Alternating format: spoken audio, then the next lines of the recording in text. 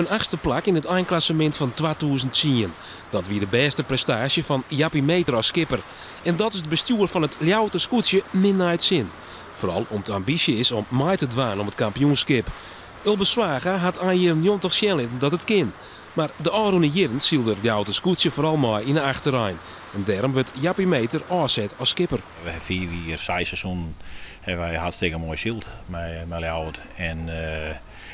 Maar goed, op een gegeven moment, als men geen vertrouwen meer in je hebt, dat het uiteindelijk dat we in het vooreind komen, dan houdt het op. Het zoals hier fantastisch inzet het pleegt. Alleen wij zitten nog steeds in dat rechterrijtje en we willen graag naar het linkerrijtje. Maar ken je wel alleen dat de skipper de schuld van de minder prestaties Jaan? Want het Ljouwte Scootje is daar al een grote renovatie. De Arone Jirren is daar net een soort yield voor West. Wilst Oren Scootjes juist wel een soort investeerd haar. Nou, ik kwam op een gegeven moment op een schip weer de kaas weer leeg.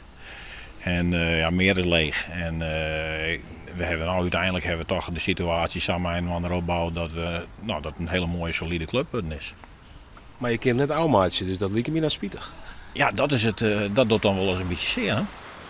Er is Jappie Meter een functie als lid van de technische adviescommissie van het Ljouwte Scootje aanbeen. Hij denkt daar nog hoe naai.